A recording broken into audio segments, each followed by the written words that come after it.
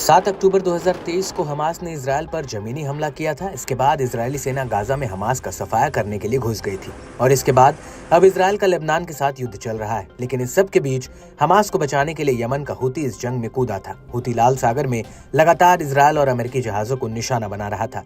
लेकिन नवंबर 2023 आते आते हूती के हमलों का दायरा बढ़ने लगा और उसने हिंद महासागर, अरब सागर, स्ट्रेट ऑफ हॉर्मुज, बाब-अल मंडेब और अरब सागर में हमले शुरू कर दिए थे। ये हमले समुद्र में चलते फिरते जहाजों पर हो रहे थे।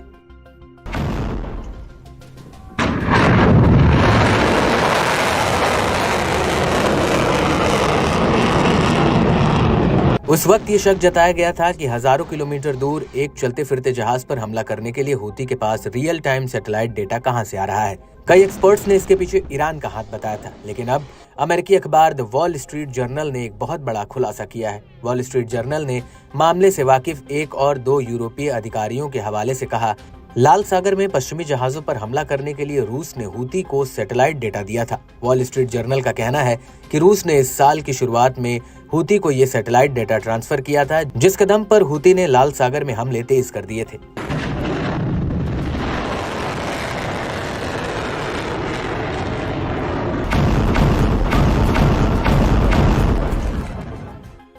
वॉल स्ट्रीट जर्नल का कहना है कि रूस ने पहले ये डेटा यमन में तैनात ईरानी अधिकारियों को दिया और इसके बाद ईरानी अधिकारियों ने ये डेटा हूतियों को भेजा था और रूसी सैटेलाइट डेटा मिलने के बाद हूती ने लाल सागर, अरब सागर, हिंद महासागर के जहाजों पर हमले तेज कर दिए थे।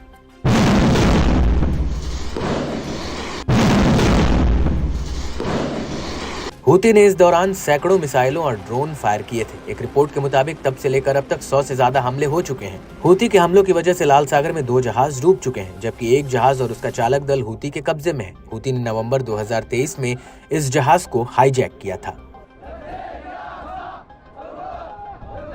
हैरान करने वाली बात यह है कि साल 2022 में रूस ने अमेरिका के साथ कैदियों की अदला बदली की थी और अमेरिका ने रूस के हथियार डीलर विक्टर बॉट को रिहा किया था और विक्टर को लेकर कई ऐसे खुलासे हुए थे कि वो हूतियों के साथ हथियारों की एक छोटी डील करने वाला है।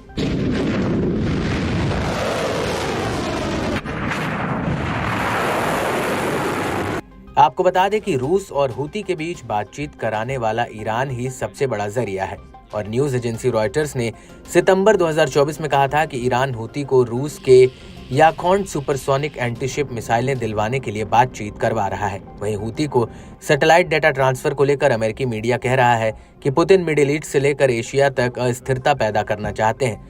वो हर कोशिश कर रहे हैं जिससे कि अमेरिका के हितों को नुकसान हो। आपको बता दें कि वॉल स्ट्रीट जर्नल की रिपोर्ट पर ना ही रूसी सरकार और ना ही हूती ने कोई प्रतिक्रिया दी है, बल्कि गौर करने वाली बात यह है कि जब से इजरायल ने ईरान और इसके सहयोगी मिलिशिया के खिलाफ हमले तेज किए हैं, तब से ही पुतिन ने इजरायली पीएम नेतन्याहू से अपने पुराने रिश्तों से किनारा कर लिया। गाजा युद्ध के बाद से ही रूस ने ईरान के साथ अपने रिश्तों को और ज्यादा मजबूत किया है और तो और पुतिन ने 7 अक्टूबर 2023 को इजरायल पर हुए हमले की भी निंदा नहीं की है।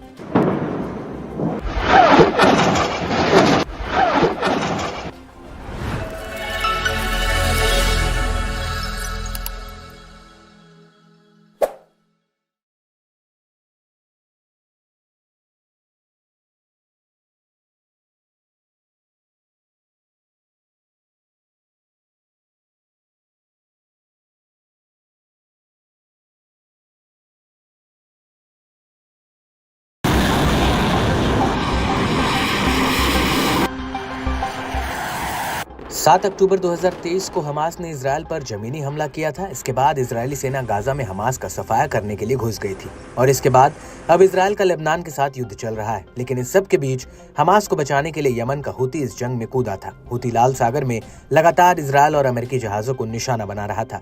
लेकिन नवंबर 2023 आते आते हूती के हमलों का दायरा बढ़ने लगा और उसने हिंद महासागर, अरब सागर, स्ट्रेट ऑफ हॉर्मुज, बाब-अल मंडेब और अरब सागर में हमले शुरू कर दिए थे। ये हमले समुद्र में चलते फिरते जहाजों पर हो रहे थे।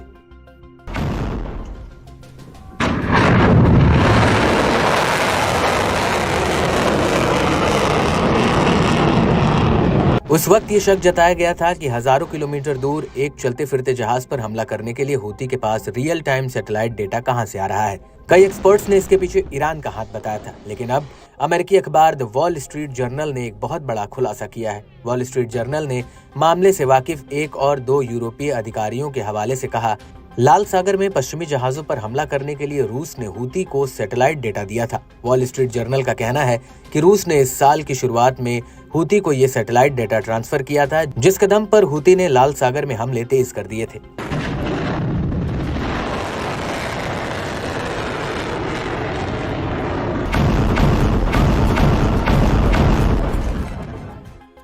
वॉल स्ट्रीट जर्नल का कहना है कि रूस ने पहले ये डेटा यमन में तैनात ईरानी अधिकारियों को दिया और इसके बाद ईरानी अधिकारियों ने ये डेटा हूतियों को भेजा था और रूसी सैटेलाइट डेटा मिलने के बाद हूती ने लाल सागर, अरब सागर, हिंद महासागर के जहाजों पर हमले तेज कर दिए थे।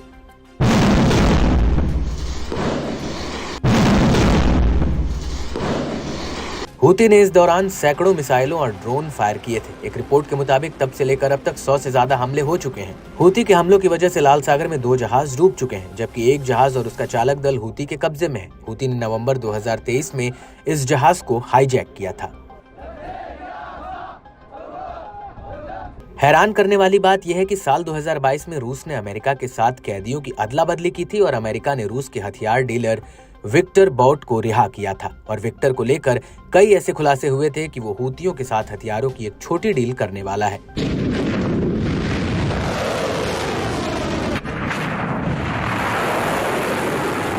आपको बता दें कि रूस और हूती के बीच बातचीत कराने वाला ईरान ही सबसे बड़ा जरिया है और न्यूज एजेंसी रॉयटर्स ने सितंबर 2024 में कहा था कि ईरान हूती को रूस के याकोंड सुपरसोनिक एंटीशिप मिसाइलें दिलवाने के लिए बातचीत करवा रहा है। वहीं हूती को सैटेलाइट डेटा ट्रांसफर को लेकर अमेरिकी मीडिया कह रहा है कि पुतिन मिडिल ईस्ट से लेकर एशिया तक अस्थिरता पैदा करना चाहते हैं। वो हर कोशिश कर रहे हैं जिससे कि अमेरिका के हितों को नुकसान हो। आपको बता दें कि वॉल स्ट्रीट जर्नल की रिपोर्ट पर ना ही रूसी सरकार और ना ही हूती ने कोई प्रतिक्रिया दी है, बल्कि गौर करने वाली बात यह है कि जब से इजरायल ने ईरान और इसके सहयोगी मिलिशिया के खिलाफ हमले तेज किए हैं, तब से ही पुतिन ने इजरायली पीएम नेतन्याहू से अपने पुराने रिश्तों से किनारा कर लिया। गाजा युद्ध के बाद से ही रूस ने ईरान के साथ अपने रिश्तों को और ज्यादा मजबूत किया है और तो और पुतिन ने 7 अक्टूबर 2023 को इजरायल पर हुए हमले की भी निंदा नहीं की है।